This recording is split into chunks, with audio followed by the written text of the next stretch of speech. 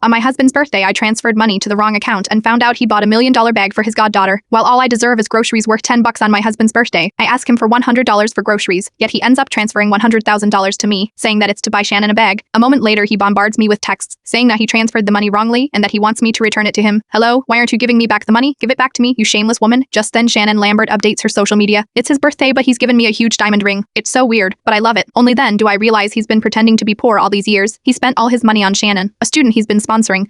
I refuse to transfer the money back to him. Instead, I reply, I'll give you back half of it once we're divorced. I slumped on the side of the road. My mind was blank except for the buzzing sound. I never really paid attention to my Instagram feed, but when I received a Venmo transfer notification from my husband Spencer Freeman, I found it strange and decided to check what was going on Instagram. What I found waiting for me, though, made me sick to the stomach. Shannon Lambert was the college student Spencer had sponsored 8 years ago. Back then, I'd had an accidental miscarriage. Spencer, trying to do some good, claimed he was helping me by donating in honor of the baby. For years, I'd blamed myself, thinking it was my fault the baby was gone. It became my trauma, one that kept me from having another child. Even now, staring at Shannon's profile picture, I realized it looked exactly like mine on Venmo. Spencer must have gotten it wrong. I took a deep breath and left a comment on her latest post. If you love him this much, why not just get married already? Barely half a minute later, Spencer's video call came through. His face was tense. He immediately started yelling at me. Yvonne Sinclair, are you out of your mind? What the hell is wrong with you? Today's my birthday and Shannon sent me a gift early. I was just returning the favor. Was that comment really necessary? I looked at myself in the video. I was only 30, but I looked like I'd aged years. It was almost laughable. I paused, then asked, I know it's your birthday. Didn't I take time off to cook you a birthday feast? Spencer frowned impatiently. That $100 worth of food? The money for the groceries came from me. Don't act like you did it for me. I gave a bitter laugh. For the past 10 years, he'd always claimed the company was struggling. He couldn't get promoted. There was too much debt and he had no money, so after work, I would stay up late writing web novels on the side. I even handed over most of my monthly salary to him. I had no money, but that was because I was supporting this family. But Spencer actually transferred me $100,000 so casually just moments ago. Any fool could see that he'd been lying to me all along. The only one who'd been truly living in poverty was me. When he noticed that I had gone quiet, his tone softened, but it was laced with an almost imperceptible indifference. Cricket, I know you just want what's best for me. Let's eat out today. I'll invite Shannon, then you can apologize to her in person. No need to buy groceries, by the way. Transfer that $100,000 back to me. I took a deep breath, trying to hold back the tears that were welling up. How could I trust him? I composed myself and choked out, were you planning to transfer that $100,000 to Shannon for a handbag?